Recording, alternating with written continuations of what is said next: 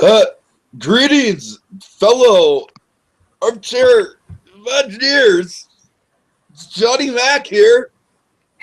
Welcome to the Kickback Cafe, the show where we kick back, relax, and talk about anything but Disney. How you doing tonight, ID Institute? No! I was gonna try and respond. In my Johnny Mac voice, but I really can't. No! No!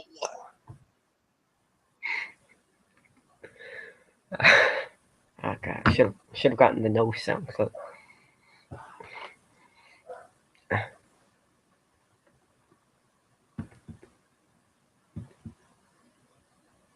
Hello?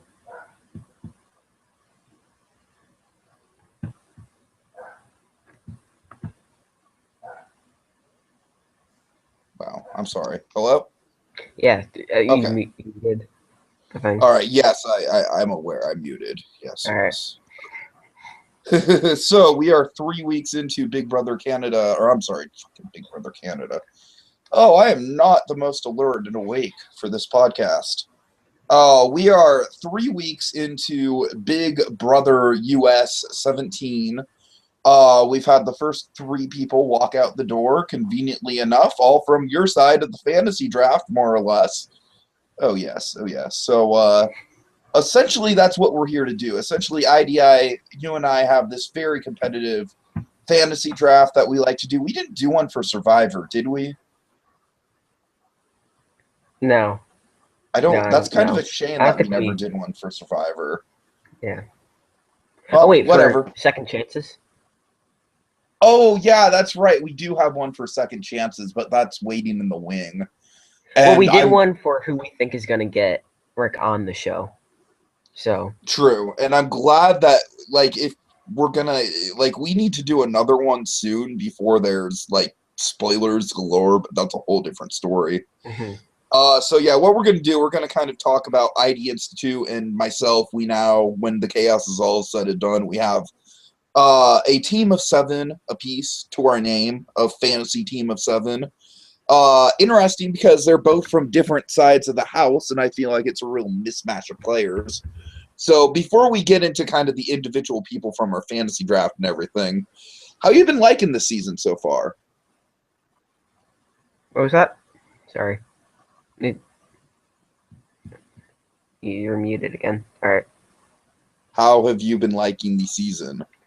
It's good. I like this. I apologize. Yeah, it's a lot better than the last season. Maybe 15 wasn't as good either. So yeah, it's been crazy. I don't watch the live feeds, but I check out the blogs and updates. I don't watch the live feeds myself, but I'm checking Jokers like crazy. I'm checking Survivor Sucks live feed updates like crazy. Of course, I listen to all the Rob Has a Podcast live feed stuff.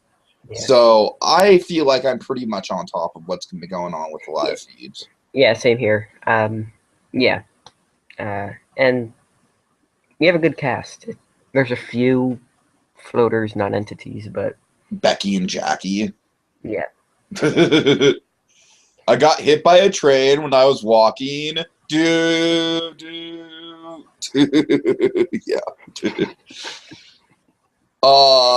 Yeah, there's definitely a couple non-entities, but like you said, that's just part of the casting archetypes for Big Brother, I think. So it'll be interesting. But I think so far, what's really came to be with this season that's just beautiful is the fact that there's really no one alliance ruling the house. I mean, one could argue right now, like Clay and Shelly and Julia and the twins and Austin and Vanessa, the Sixth Sense, like one could argue they're the powerful alliance. But that's only because they have head of household, I think.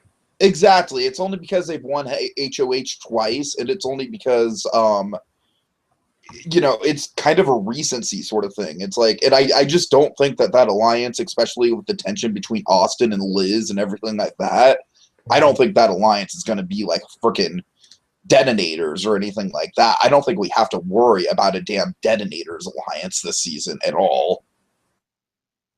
And that in itself is quite priceless, I I don't think think. this is going to last. Once one of them goes home, then that alliance is done, I think. That's what I'm saying. It was kind of like, back in the day, back in the first week, we had that whole super alliance of, let's see, who was all in that? There was Meg, Devon, Jason, Jeff, James. There was just a whole bunch of people. Yeah, don't forget Audrey. Oh God, we'll certainly get into Audrey. But yeah, just a whole bunch of people. So, anyways, folks, without getting into further ado, because I don't want to go too long without really announcing this, for any of the people watching on the WDW Magic Imagineering boards who might have caught on to Big Brother that way through, hearing IDI and us talk about the, the survivor strategies on Soul Imagineer, stuff like that. By the way, IDI, are you still the knowingest knowing all? I think so. Even though I mean, I did get to runner up on Creator Games, but that doesn't count, right? To become the knowingest knowing all, I would have to win a comp. I think so. Is that our rule we're going on? Okay. IDI is the best. Know it all. Deke, you never should have made that call. Anyways, folks, coming soon, coming very soon, in fact, coming within the next week or so, I will be plunging you guys into chaos with a brand new non-ICX sanctioned competition. Keep in mind, this is all just a trial run.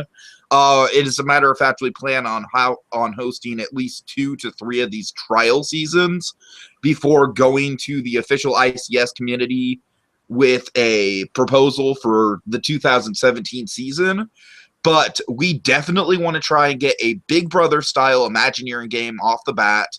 I don't want to give you guys too much detail on it yet. Suffice to say, head of household competitions, power of veto, replacement nominees, voting, all that good stuff. Just house guest evictions, double evictions. It's all going to be in there. It's all going to be in there. It's going to be crazy.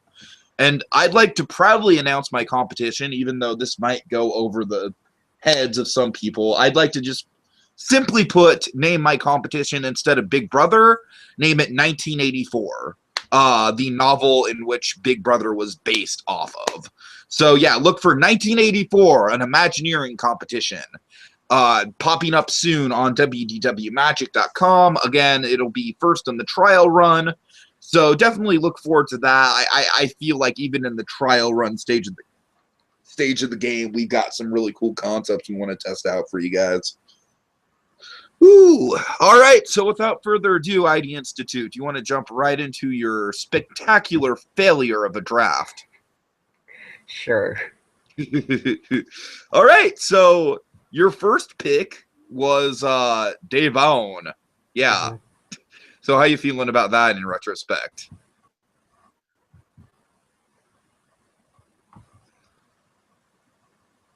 Hello? Hello? I'm sorry. Yeah, how do you feel about Devon being your first pick, being the one right out the gate? You were like, this is the one I got my eye on. This is the winner. Well, I may have made a minor mistake in that. Let me ask you something, though. Did you pick Devon strictly on the basis that Sesternino had her as his winner pick? No, I didn't even listen to the... Oh, okay. I was just wondering. Because Sesternino did clearly have him as his winner pick, and now he's making fun of it.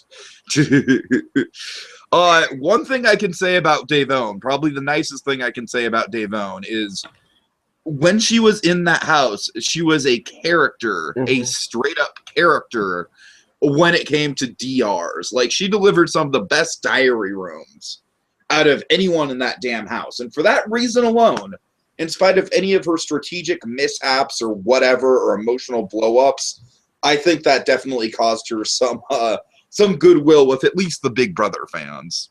Mm-hmm. And I think the thing I got wrong about Devon was that I didn't expect her to be like so emotional and explosive. Like, I thought she would be able to Sure. control that. You thought maybe she'd be more like Vanessa in terms of like just trying to keep her emotions in check, although Vanessa herself isn't really doing that great a job, but we'll get to her. Okay, next on my side of things, my first pick was Jason. Now, right out of the gate, man, I got to admit, the first week or two, I was like, oh, my pick was absolutely perfect. Once Davon got out of the house, I was like, okay, I think Jason's got a little bit of a struggle ahead of him.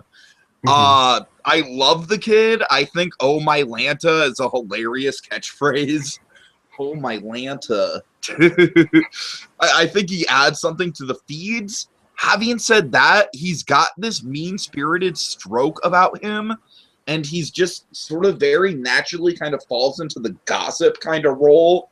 And I think that's definitely going to come back to haunt him. I don't, and just in terms of who's HOH this week, moving on to week 4, I think he's going to have to win a comp at some point this week to survive. I think Target's going to be on his back no matter what happens. Yeah, I'd be very surprised if he's not nominated this week. Yeah, I mean, of course, the big question is if they're going to try and backdoor him or if they'll put him up as an initial. What do you think? What do you think ID Institute? Are you the singular fan that the internet has been going crazy trying to find that actually liked the Battle of the Block? I think it's a good concept. It was a fan favorite. It was a fan favorite by at least one fan. It was a fan's favorite. I just think that the reason they do Battle of the Blocks is to have a comp on Sundays that's more entertaining than have-nots. So I'm like, to each their own. You know, it's like I would rather watch a comp where people's lives in the game are legitimately on the line to a certain extent.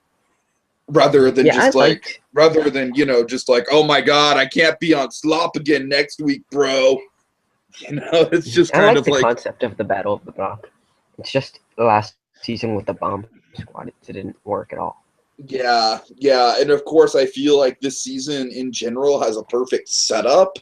If someone from the Jason side and then someone from the Austin Vanessa side both won HOH, but unfortunately we haven't seen something like that materialize yet.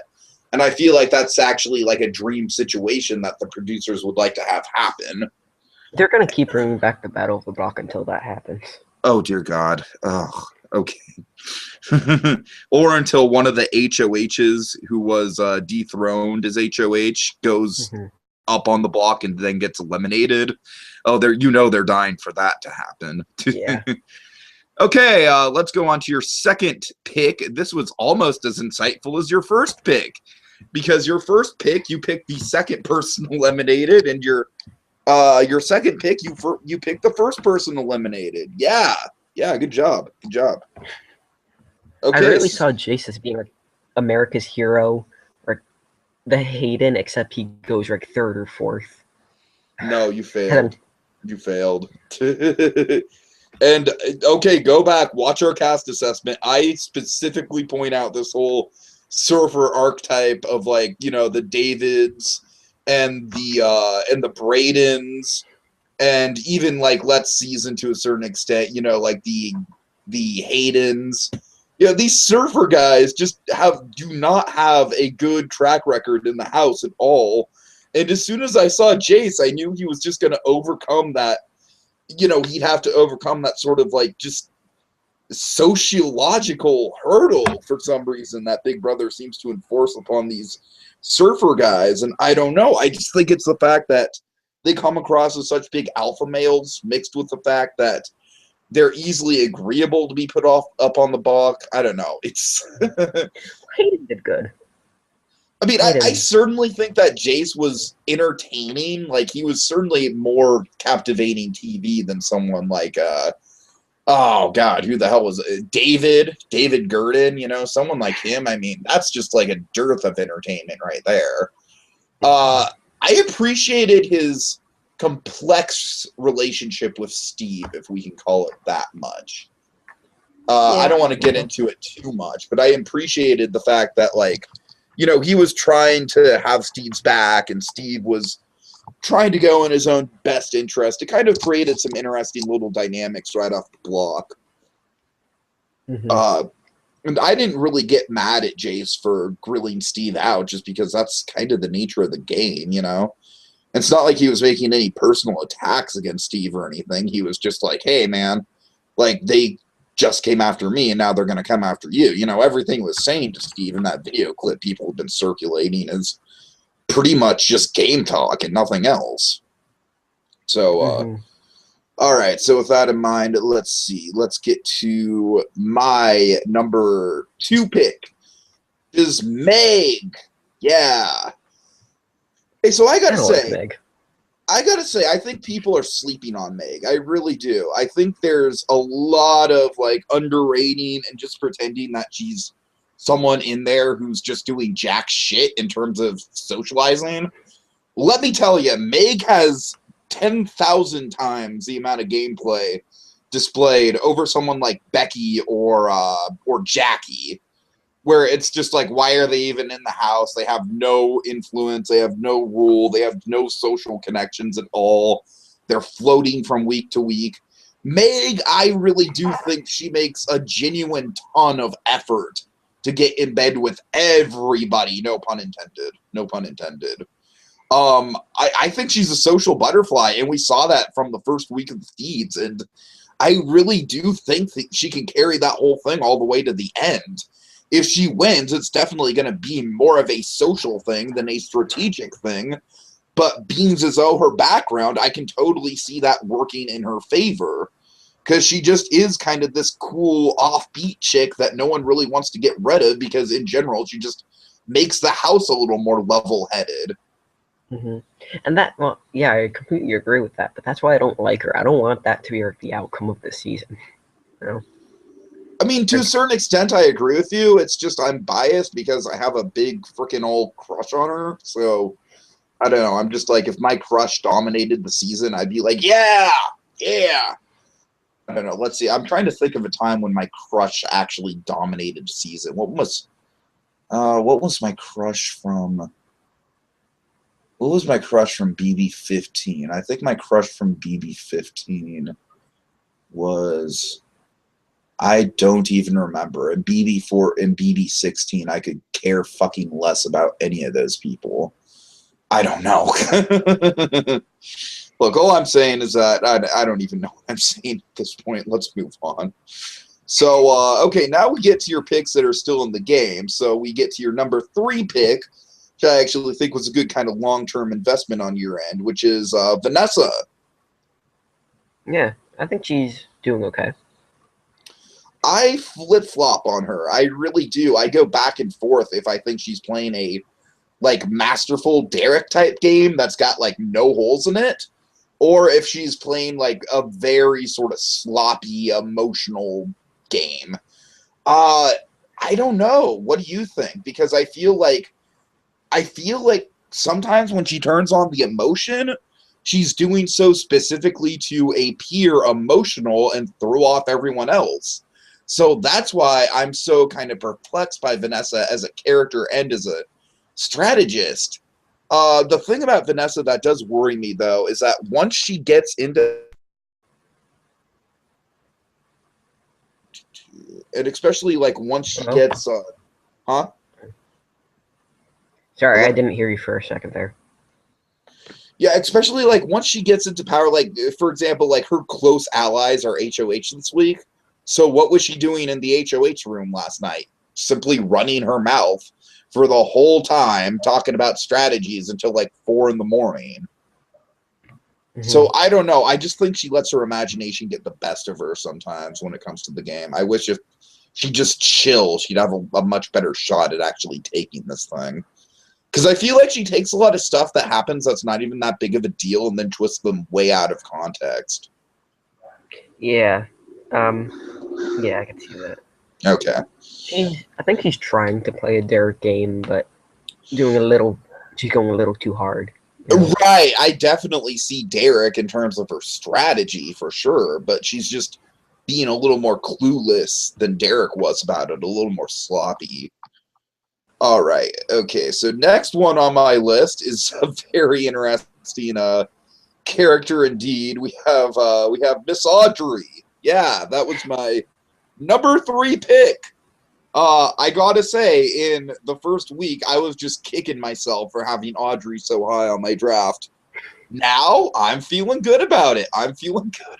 Like, I think Audrey's gone through this insane sort of like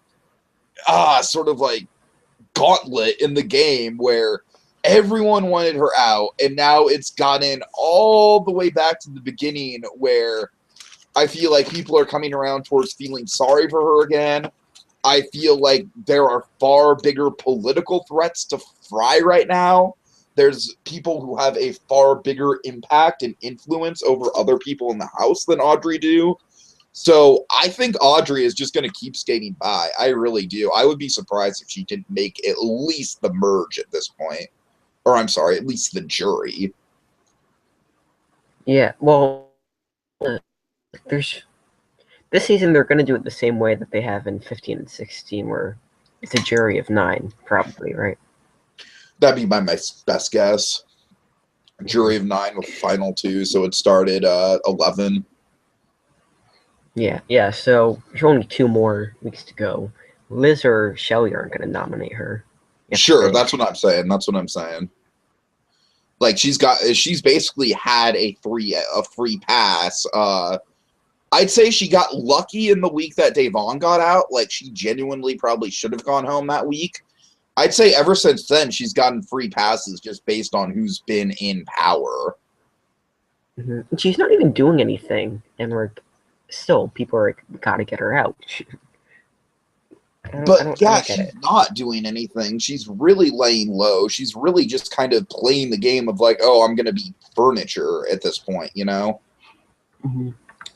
And I don't know, do you think it's interesting because I feel like it's one of those storylines like, how would the jury react to something like this? How would the jury react to something like, you know, she obviously made herself into public enemy number 1 in the first week of the game, but then she managed to just completely overturn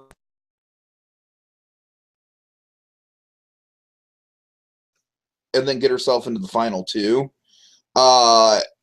I don't know. Like, do you think the jury would genuinely, like, you know, be touched by the whole transgender story going on there? And do you think there's any conceivable way if she makes it to the end that she actually gets the votes needed to win? At this point, I would say no. It depends how the rest of her game is, because right now she's essentially being dragged along by everyone like a floater. Because right.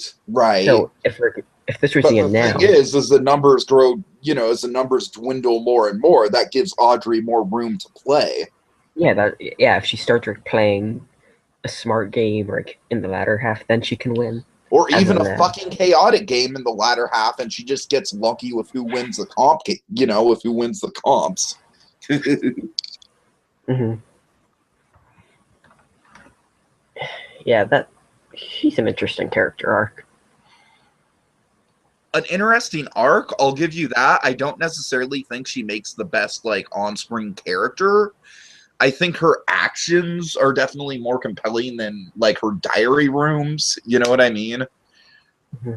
I don't think she's the best in the diary room, but like, for example, in the first couple weeks, I didn't know how many times I'd have to put up with like her whole explanation of like, oh, I'm from a charming little town in Georgia. I'm like, shut up about that charming little town. Sick of hearing about it. Okay. Anyways.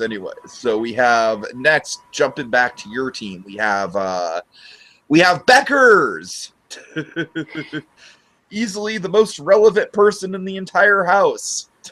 No, yeah, without a doubt. Oh my god. Just such amazing TV. I was hit by a train last year. Doom. Oh man. Can we just skip Becky? Because she's just like bringing nothing. Like nothing. It's kind of pathetic. Like, I feel like Jackie is at least an entertaining kind of invisible where we can make fun of her for it. Becky is just nothing. We make fun of Becky for the train. I guess so. There you go. So Becky got hit by a train, doesn't like people calling Colorado Rado. That's about all we ever learned from her. She's like the fucking cousin from Happy Days that dribbled the basketball up the stairs and then never came back out. All right. Anyway, so next up. Oh boy. Okay. Let me put on my John the Dentist. All right. So we got John, and I feel myself. I'm kind of a dentist. I'm kind of a rock star, man. Why can't I do both? John is a Muppet. John is a Muppet. John is a Muppet. John is a Muppet. John is a Muppet. That's all I have to say about John. He might be one of the most bizarre and animated house guests we've ever seen. I love the living crap out of him. At this point, I am so emotionally invested in him doing well and not being evicted in the next few weeks. I am just like, oh my God, Johnny Mac, just please keep going. Yeah, I completely agree. I feel like he's going to get evicted during the double eviction, though. I really think he's going to Judd, That Judd thing kind of broke my heart a little bit, too. And I was, Judd was probably the person I was rooting for most then. I don't feel nearly as strongly about Judd as I did to Johnny Mac. Johnny Mac is just fucking the show just would not be the same without him, man. I mean, he is not only the comic relief, but I also feel like he is very much kind of the idiot savant of the season, where everyone else just views him as completely clueless and dumb, whereas he himself knows how to work some of the game to his advantage. So I've got my eyes on John at all times. I think he's, if not a really good player, I think he's at the very least fucking fantastic casting. Yeah, and I think if he goes far in the game, he's just gonna be have a chaotic smart game, not a Derek game. I think he's gonna want to make big moves, Oh yeah, absolutely. I think eventually he will want to make big moves. I'm trying to think of someone I could compare him to in terms of gameplay. I'd maybe go as far as to say maybe an Andy Heron, in the sense that I feel like he's doing a good job of sticking in the middle of the house throughout the first half of the game. You know what I mean? And he's doing a good job of making himself well-liked to everyone in the house and not really definitively picking a side, and both people want to work with him. Mm-hmm. But Andy is much more boring character. He's much more what? Boring. He's much more boring. Yeah, I won't disagree with you there. Yeah, I mean, I liked Andy. I was rooting for him to win, but yeah. All right. Anyways, you're Gina Marie, the other one there. Hey, what's the matter, cockroaches? There we go. Freaking cockroaches. All right. So, anyways, moving back up to your list, we have Austin. Oh, man. I think this guy is clearly going to let his emotions get the better of him if what we saw on this Thursday show was any result. I think that whole thing with Liz and Jeff in bed just looked all kinds of bad on his end. And I think that's what's going to undo him. I think if he kept his mouth shut, and I think if he played non-emotionally, I think he could have a really good shot at dominating the game, which is surprising given someone of his stature and everything. And I feel like throughout the first few weeks, he's been doing an amazing job of keeping the target off his back as a physical threat. Now I feel like what he's kind of painted himself into is that he's a loose cannon when it comes to his emotions actually driving his gameplay. Yeah. He was in such a good position too, Yeah, and he kind of ruined it last week. He really did. He kind of got HOH-itis without even being HOH for more than 48 hours. This is where it's not even that bad of a position. Say Liz likes Jeff, he can take Julia. Right. That's what I'm saying. Of course, it calls back to Jeff's whole oh man, we'll get to Jeff, but his whole Oh, I remember when they told him about the twist, and he's just like, "Well, which one should I go for?" I'm like, "Oh, Jeff, you don't think about anything but your penis." Oh dear. Oh dear. Yeah. Okay, and speaking of people who don't think with anything but their penises, let's go to James. Oh man. Is this guy a disappointment or what? Yeah, I really don't see what's such a big threat about him. Right? I don't. And he's definitely not like fitting the Donnie character archetype that people think he No, would. not at all. Not at all. Oh, I'm sorry, someone's trying to call me for some reason. Who could that be? Hold on one sec. Hi, can I call you back? Sure thing. Hi, can I call you back? Okay, bye. All right, I apologize for that. Apologize. Okay, so yeah, it is a good question. You know, how much further can he keep going with this before a target comes up on him? With James, I just think he's just a little bit of a creep. You know, a little bit of a hornball. Mm-hmm. And he definitely does not have the Donnie type edit going for him whatsoever. I think if anything, he has the Beast Mode Cowboy edit going for him. I'll tell you the truth, I'm a bit let down by his character just because literally every time we see him, he's just like hitting on the girls and making some sort of inappropriate comment or something like that. Mm-hmm. And it's not even like he's trying to play the game. I feel like when he does try and play the game, he's kind of a bully about it. And he kind of resorts to the easy options, like let's target Steve because he's an outsider, or Audrey or whatever. But speaking of Audrey, have you gotten the latest on what was going down between James and Audrey last night in the kitchen? No. Okay, well, essentially, James was hitting on Audrey. Believe it or not. Okay. I'll just give the reason is basically James was curious about the way that Audrey, shall we say, climaxes? Yeah. Yeah, there's no inappropriate and nasty way to say it, but yeah, that's what he was all up in Audrey about. And hey, Rob Sesternino predicted it, man. If Audrey and James become a thing, I think those two are instantly more interesting. Yeah. All right. Yeah. Anyway, so back to a couple of my picks. So we have Liz. And with Liz, you have Julia on your roster. So what do you think? Who is the better twin from what you've seen so far?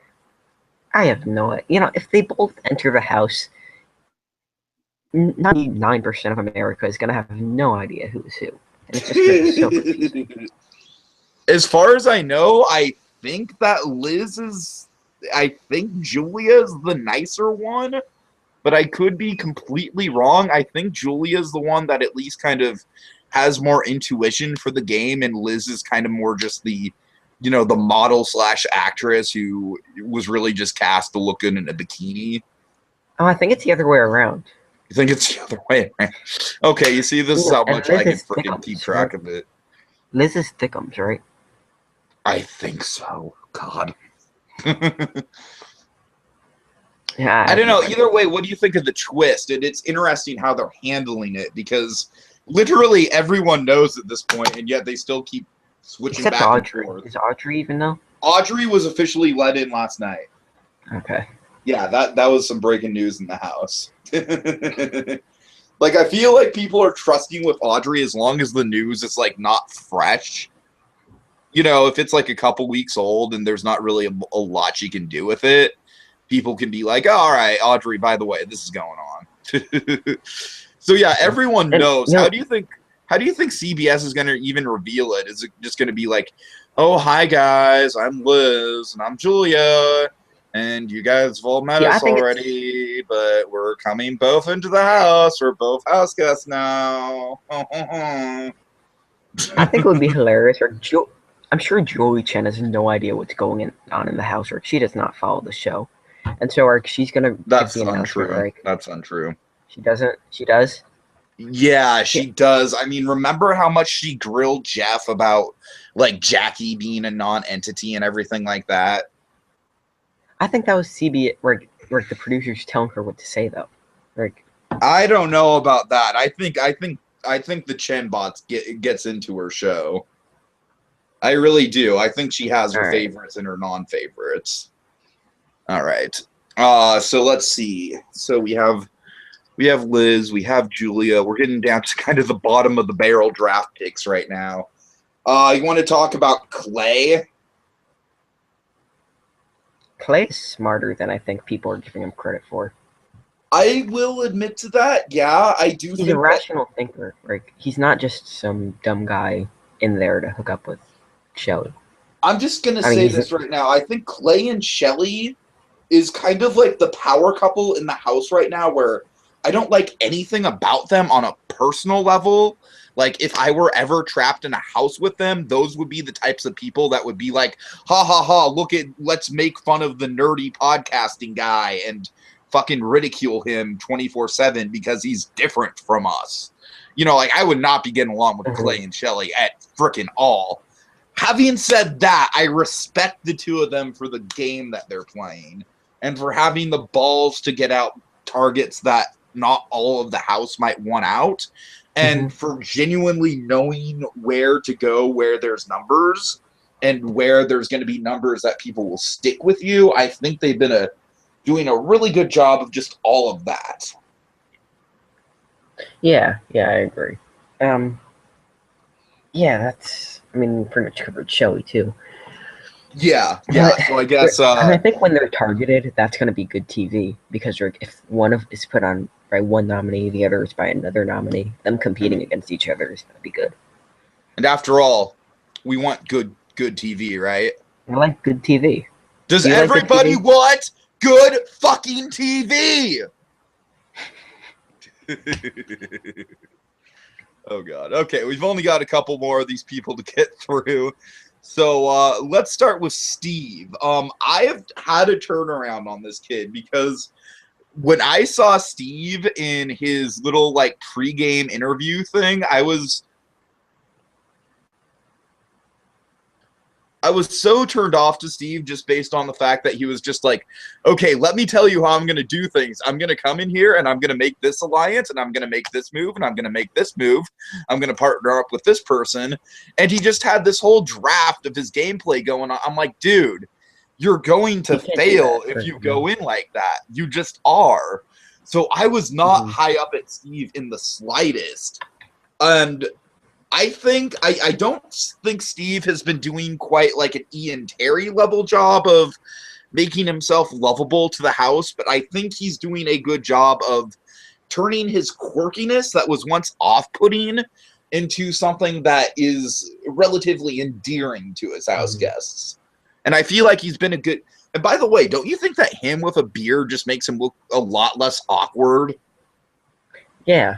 I don't know why. I just think that him with a little bit of facial hair just kind of takes away a lot of his nerdy persona. I've noticed that with some people with facial hair. When they grow their beards, they just look like a totally different person in some respects. I feel like Steve kind of fits that criteria. Oddly enough, I do think that Steve very much looks kind of like a young Steven Fishback with a beard, actually. Dare I say it? But Steve, I appreciate that they're not shoving him down our throats as like the cartoon character like Superfan. I appreciate that right now he's a background character, which in the grand scheme of the house politics and what's going on, that is exactly what he is. And you're not forcing him to like us either, Exactly. And how fucking great was that moment with and his whole thing is that he's trying to be genuine and he never knows how to do it at the right time. But how great was that moment with him and Jason a couple episodes where he's just like, oh, Jason, I forgot to give you a hug. And then Jason just like, no, it's okay. I'm like, oh my God, Steve. Oh my God. Like, hugs are not something that you force on people like 45 minutes after the fact. I mean, I'm socially awkward as crap, and I know that.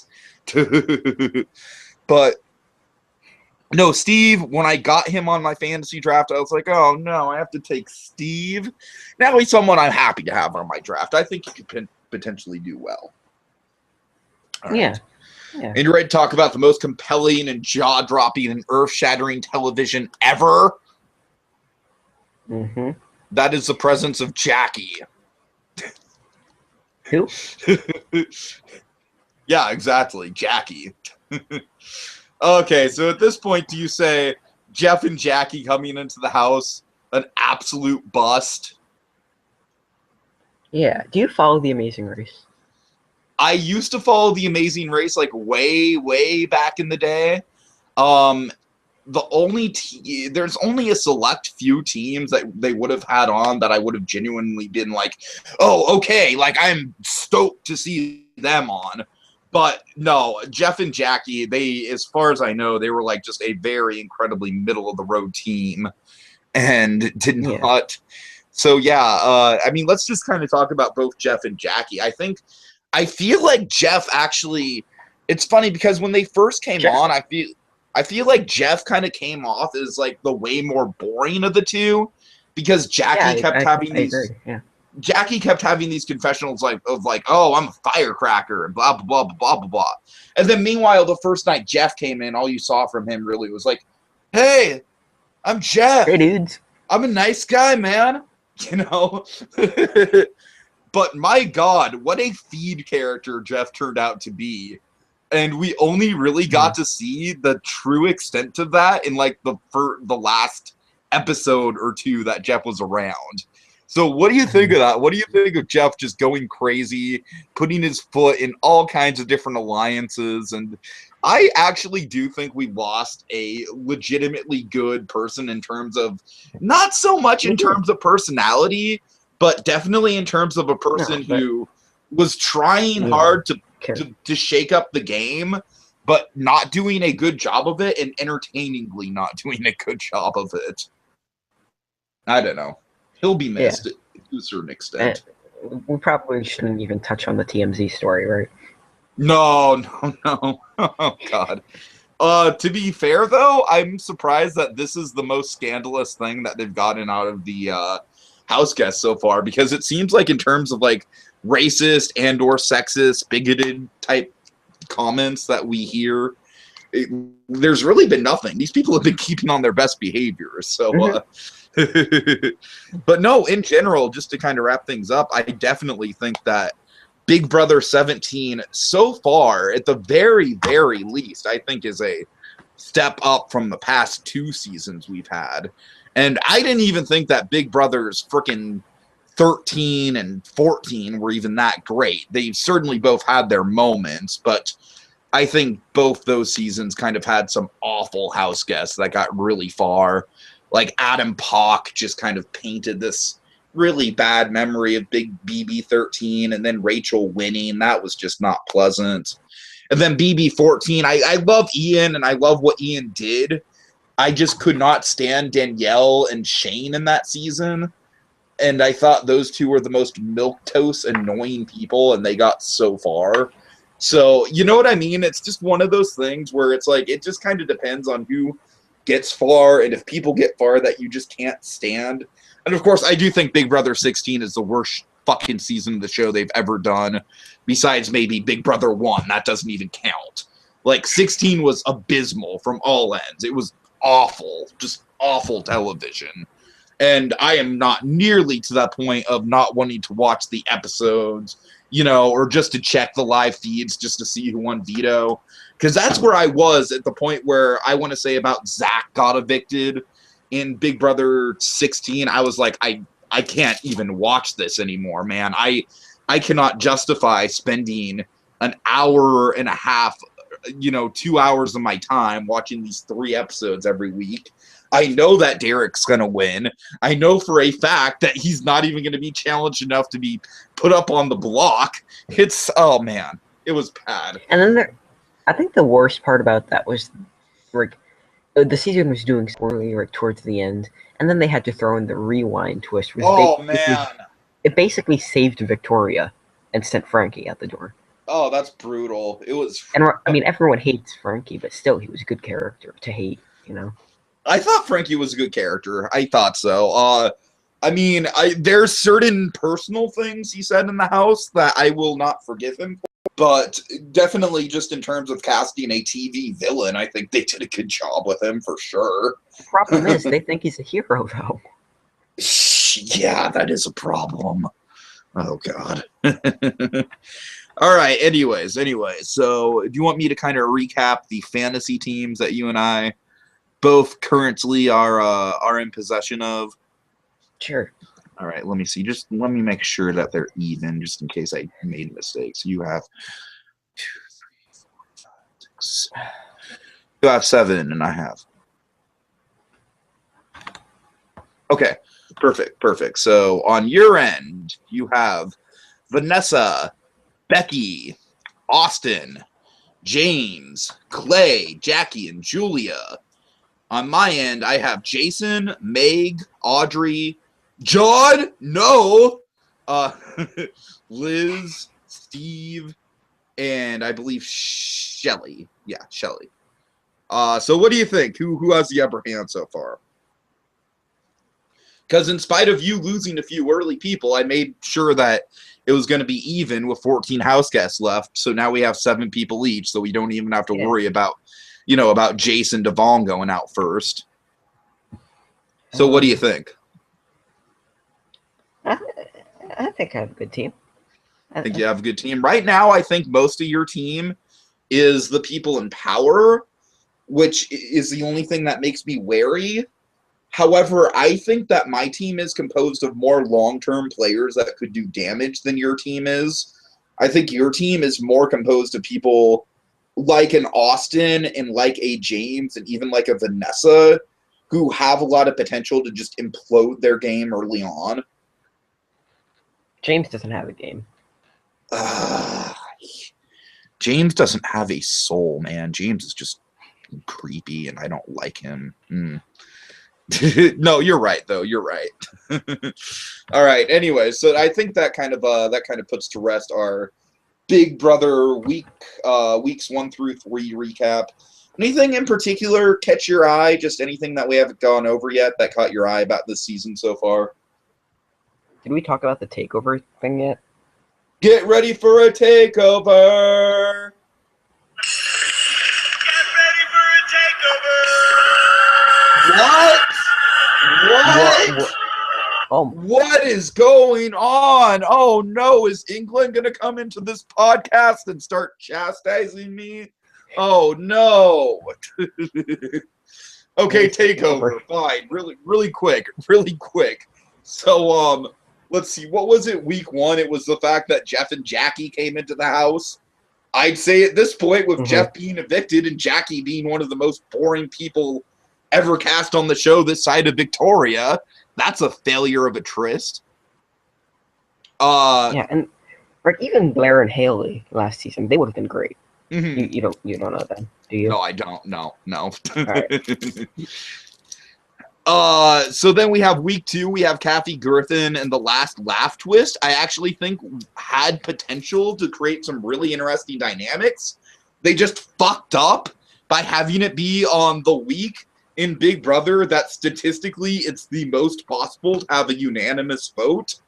So it's like, good job, guys. Getting rid of those 3 votes didn't really change much. Well, the Jeff vote was a matter of 3, so that would have made a difference. And that's what I'm saying, though. If they would have just held off on it for a week, they could have gotten actually something out of it. And then the Gronk takeover, which for someone who is absolutely not into football and has no idea who Gronk is, I'm just like Rob Cesarino. I'd be like, I would be kicked out of that Gronk party cruise so fast. They would shame me. They would probably give me wedgies. They'd probably just make fun of me mercilessly and maybe even kill me. Just straight up maybe even kill me, because that's how much I don't fit in with them. I just shame them so much on there. And you know the NFL loves having the reputation that their football players just, like to party and gamble. Right, exactly. It was ridiculous. And now what are we doing? We're doing fucking oh, what's his name from Fresh Prince now? Is that it?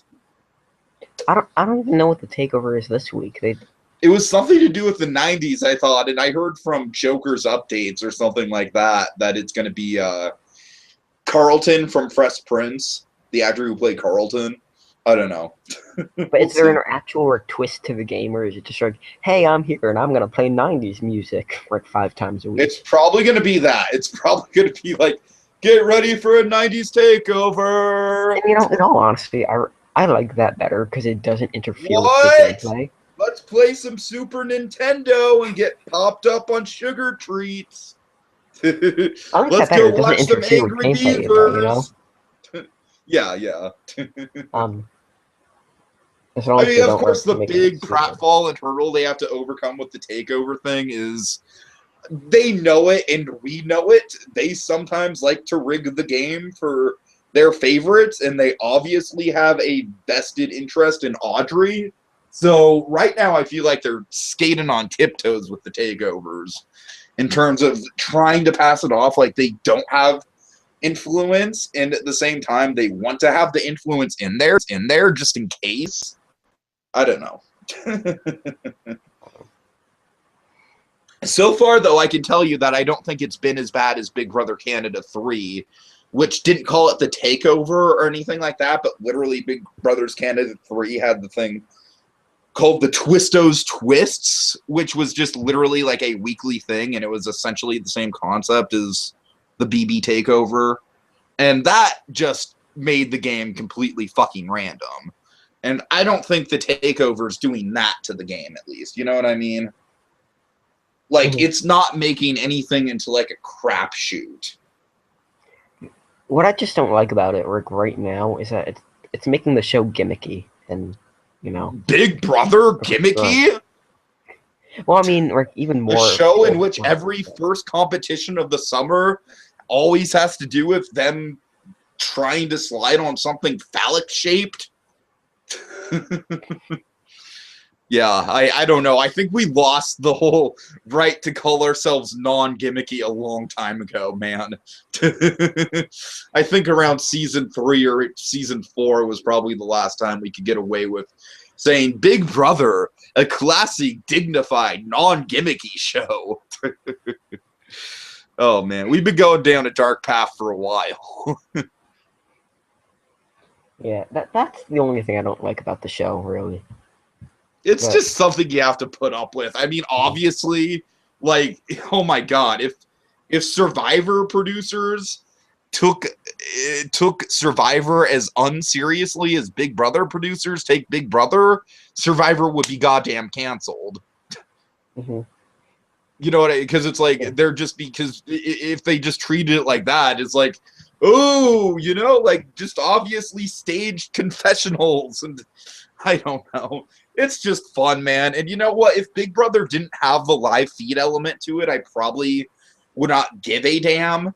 But since it does, I find it fascinating on a kind of personal, like almost kind of a psychological study sort of way of, like these 12 to 14 to however many people, they come into the house. Every night they're getting all boozed up. Every first night in the house they get boozed up and they're introducing each other and there's a big group of hugs, and then it never fails. Within a week they all fucking hate each other's guts. And call me sadistic, but that's what I love about the show.